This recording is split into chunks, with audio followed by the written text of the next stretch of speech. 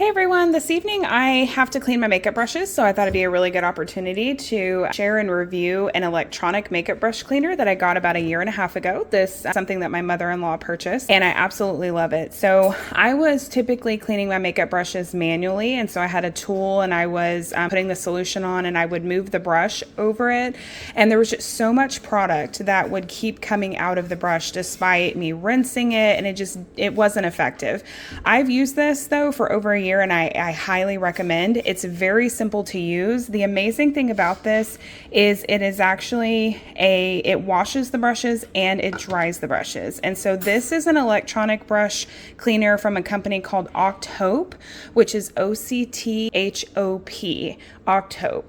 And so again, very simple to use. It does require a USB plug-in. So it already comes with the cord and attaches to the machine.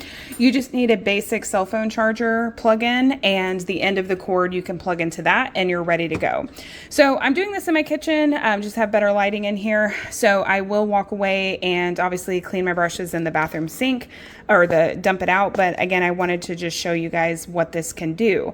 So again, it does washing and drying. So I've already preloaded this with just basic tap water from the kitchen sink, and I've also used just brush cleaner. So I've already loaded that in here, and it sits on a spinning mechanism inside the platform. So whenever you put the water down in the reservoir, you just want to lock it in place so it doesn't spill, and you just completely turn it until you can no longer turn it. And then the lid comes with these fun geometric shapes that's all made out of this silicone material. And so I've loaded the brushes from the bottom and put them in here, and you just pick which size your brush needs. So all different shapes and sizes. Go with one that's going to keep the brush in there. So it may feel like it's really tight and you're not going to be able to get the brush back out, but it's needed because this machine is going to be moving and cleaning. So you want to make sure that it's really stable. So again, already preloaded it. I've put my brushes in here, and I'm going to go ahead and just put the lid on, make sure everything is locked in place. And we'll go ahead and just push the one simple button that begins the wash process. And then there's one button that does the drying. So let's go ahead and just start the wash. And voila, we have started the cleaning process of the brushes. I barely had the brushes sitting in there for just a couple minutes, and you can already see the makeup that's come off of it. So with it spinning, you're getting high-powered water in the solution that's being able to spin all of that excess makeup off of your brushes, which is fantastic. And it automatically just has a setting where it will go in one direction, and after so long, it then actually starts doing it counterclockwise. So if you had a lot of makeup and it was pushing it this way, it'll now go the opposite direction.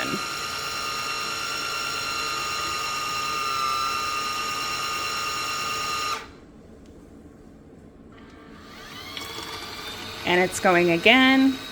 You could leave this and let it run through all of the settings if you'd like, or if you needed to do this faster, you could, and there wasn't much makeup on your brushes, you could do 1 or 2 settings if you felt like that was good, and then you could take the brushes out and begin the drying process.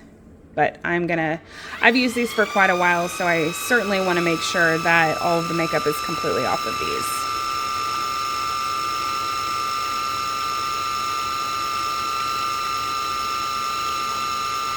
So I'm going to go ahead and stop it just so you can see the product. So again, it's just a super simple touch there.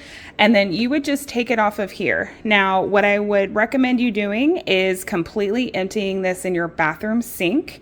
And then I would pour another component of just regular clean water and another round of solution in there just to get it really, really good. But also the solution in the water is just cleaning the container that it's in as well. So I'm going to pause and I'll be right back after we do that. Okay, so I just went to the bathroom sink. I just dumped this out, and we're just going to blot on a paper towel. There's going to likely still be some residue, but it's not going to be anything like what was once there. So you can pull the brushes from the top if you can get them out that way. The other thing you may have to do, because I went in from the bottom on the brushes, is to pull from the bottom. And again, the only thing that may be difficult about this is just once you get it into the silicone shape, some of them might be a little smaller than others. So it just kind of depends on the one that you picked. But eventually you do, it's just a silicone shape. So they eventually all do come out. I've never had a brush get stuck where I have not been able to get it out. So it just takes a little bit of pushing if you use some of the really, really, really small shapes that you can see there. So I'll just set this over here to the side. And then just on the, like a paper towel, we're just gonna blot. You can see how much product is still showing, but you guys saw how much was still coming off. Like you can see this one. You can see the white in the brush, which is fantastic because that is exactly what the brush used to look like before makeup. And look at this one. You can see the water that I'm pushing out. There's nothing coming out of this. So that one brush had a little bit, but there's no residue coming off this. When I would use manual makeup brush cleaners, I would squeeze the water on a paper towel like this and the whole entire thing would be brown. So you can see on these really big brushes, it got those really, really clean. So these ones where I'm using maybe like a darker eyeshadow, that may take, you know, a couple rounds, but for the most part, you're getting a lot out. See, this one has a little bit, it's a little bit thicker bristle. You want to get all of the excess water out. So while there is still some product here, the brush has a lot of makeup that has come out. Okay, so these are blotted. Same thing on the dryer setting, you're gonna have these little shapes that you can put your brushes in. So this one obviously is smaller than this one, so you have a little bit smaller footprint. That may mean that you have to take some of your brushes and separate them in the drying process. I would recommend just usually taking the ones that are like the most thick bristled. So that means it's probably going to take a while for them to dry. And I would focus on putting those in there. And then maybe some of your smaller ones you could come back and do a second time. Or if all of your brushes fit, then feel free to go ahead and run all of them at one time. So again, I'm just going in from the bottom and just picking a spot that seems like it would be good for these brushes. And then I do want to go ahead and pull them up because again, I don't want them touching the bottom. I want the air in that fan to be able to reach them and have enough space to adequately dry them. So again, I have everything set and it's just one click of the fan button. And this actually has a 2-hour setting on it. So I could set a timer or I could just leave it. I could come over here and I could just turn it off whenever I wanted to if I needed to use it really quickly.